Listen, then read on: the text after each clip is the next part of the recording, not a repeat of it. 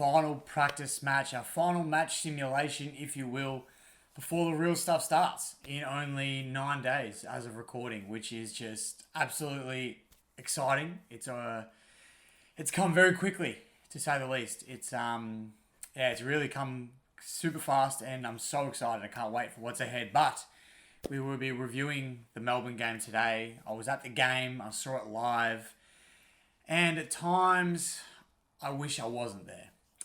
So I'll get into it. There's some ups, there's some downs. It's a practice match as well, so you don't know how much to look at it. But I was a little disappointed with what I saw. I was hoping for a little more flair. But like I said, we'll dive right into it. I've got my wine with me tonight. I don't know, I'm 26 now. I don't know if that's the age you start drinking this stuff night by night, but here we are. But I needed it to get through tonight. So, we'll start off. I think with these sorts of games, the practice matches early on, you really want to see someone young just put their hand up, or not even necessarily someone young, but someone that's not guaranteed in the best 22, put their hand up and say, right, I'm here. This is my season. I'm coming in strong. You're picking me round one. You're not giving Dimmer any choice. And that's what you want to see. I didn't necessarily see that. I saw some real... Actually, I did. I saw it in a couple of blokes, actually, so I take that back. But I think I was looking for... I don't know. It's hard to describe exactly what I was looking for. I'll get into some of the negatives first, so I might be able to explain myself a little bit better. I did think that our forward 50 pressure was non-existent. I thought Melbourne were able to move the footy out of our forward line way too quickly and way too easily once it was turned over. And, I mean, I've got a stat here. Inside 50, where is it? I've got it here. Forward 50 pressure was not that great. The tackle count was 12-5 in Melbourne's favour. So Melbourne had 12 tackles inside their forward 50 to our 5. And we pride ourselves for the last few years on our forward 50 pressure and our tackling. And we can't just rely on Morris Rioli to do all of it, because that's not what's going to happen. I think, like I said, again, it's a practice match. You don't know how hard they're trying.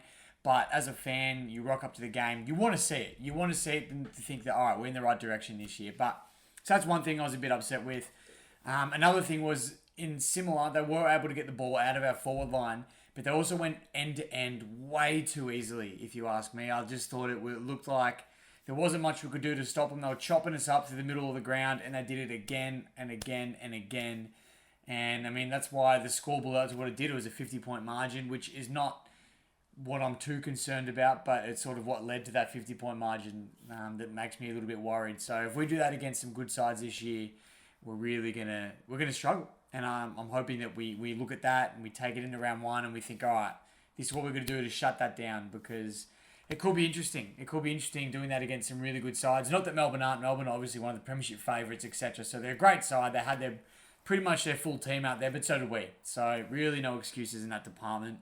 There's a lot of talk about Melbourne's big ruckman, Grundy and Gawn, and how well they did. 6 goals between them. And yes, absolutely they did. They dominated. But I did think an interesting stat was we won the hit-outs 24-37 in our favour, which to me is bizarre. It just shows the effort that our ruckman and how good our ruckman are. We just don't go forward as much as the other two do. So I still think that was a great effort from us. And then the centre clearances, we won 11-18 in our favour, which really shows that our midfield has improved. It is getting better. Which is exactly what we were hoping for with the inclusions of Tim Taranto and Jacob Hopper, because Melbourne's midfield is fantastic. So to be able to win the centre clearances like that shows that we have come leaps and bounds this off-season. But, I mean, the news is out. The video is out late. I've taken my time with it, obviously. So everyone knows that Dion Prestia has injured himself yet again. He has a pectoral strain. They're hoping he'll be right for round one. We're all hoping he'll be right for round one, but it's just, of course, another obstacle we really didn't need heading into a big game against Carlton, and he just can't seem to get himself right. Poor Dion. I mean, when he's clicking, we're clicking as a team, and I know we've got these 2 other boys now to sort of help impact when he's not around, but when he is around with them as well, geez, that's going to be strong. So hopefully Dion can get up, and then I'll quickly touch on the other injury while we're at it, and Jaden Short, calf strain. He's less likely than Dion to get up, but still a chance. So they're going to assess closer to the day. Hopefully he does. If not, I think we have a plethora of options for players to step up. And Hugo Ralphsmith, for me, is top of that list. I think he's been fantastic in the off-season.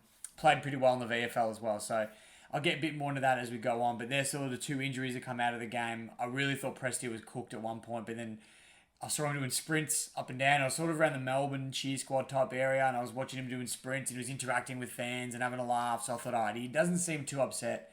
I reckon he's all right. So that's into some good things. We had plenty of good things to take away from it. Liam Baker, fantastic game. I think he topped the charts with the fantasy points. He had 36 disposals, 18 kicks, won at 86% efficiency, a goal to his name. I mean, we come to expect nothing less from Liam Baker. Not necessarily known for his high disposal count, but I mean, if he can add that to his game as well, just racking up the footy as well as the other things he does in terms of his bravery and his pressure, we're in for another great season of Liam Baker footy, and I can't wait for that. And then the other one, as we're probably all well aware of, is Tim Taranto, 33 disposals, 15 kicks, a goal, 76% efficiency. Again, so exciting just watching him dominate and tear it up. He had a great game against North the week before, great against the D's.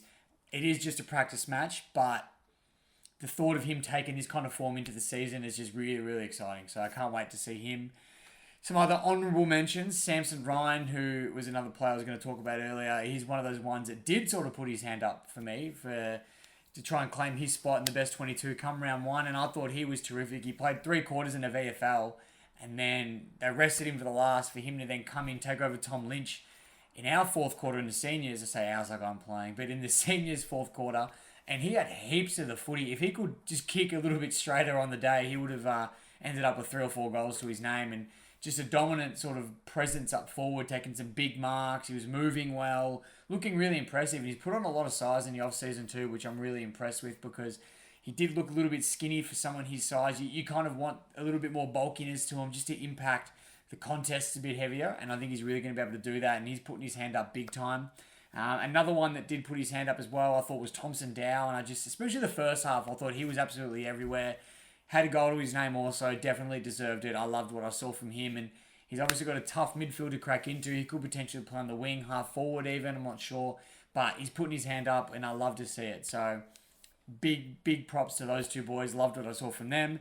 And the other one was Daniel Rioli, again, just continuing to play really good footy off the half-back line. I think he had about 26 touches, a goal as well, the classic running off half-back from outside 50 bang from Daniel Rioli, and we love to see it. So I love that. I thought there were obviously some good signs. I saw Dustin Martin win a one-on-one contest in the square, just a bang grab, which, again, how do you not love watching Dusty do that? He pretty much only played forward line for, I reckon, 95% of the game, which is fine by me. I'm happy for him to sit down there, play most of his footy there. As long as he can have an impact in whichever way he feels he can. I trust Dustin in his decision-making on-field, basically with my life at this point, from what I've seen him do. So I'm happy for Dusty to do whatever he wants, and I thought he looked all right on the weekend. He looked happy to be there at least, which is probably a step ahead of where he was this time last year. So exciting to see what he will do come round one. That's pretty much it. There's obviously a bit to cover there. It is a practice match, so not too much in-depth stuff to go through, but I thought there's definitely room for improvement. There's takeaways we can take and say, all right, this is what we need to improve here, and here, but we did this, and this right. And it's exciting. It's a good thing. It's a bad thing. It's all of the above. Either way, I'm very excited. So it's pretty much it for the D's review. Obviously, a lot of content will be coming before the Carlton game. It's only 9 days away, like I said, from the day of recording, which is phenomenal. I can't believe we're that close, but we are. Plenty of content coming from the Pressure Point side of things, as well as Tiger Den. So make sure you jump across. Link is in the bio for Pressure Point. Check that out. Give it a follow.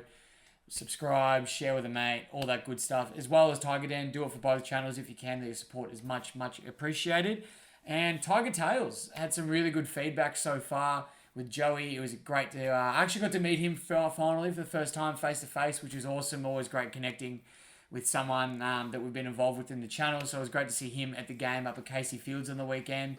Going to be seeing a lot more of Joey, no doubt. So if you want to get involved in Tiger Tales, I've had a couple of messages already. Be sure to shoot me one. I'm trying to get as many people on as possible just to really engage the Richmond community. So get involved, let me know. We'll go from there. But that's pretty much all we got for today. Thank you again for watching. Appreciate your love and support. It means the world. Round 1 is only around the corner, so let's get pumped up. Go Tigers.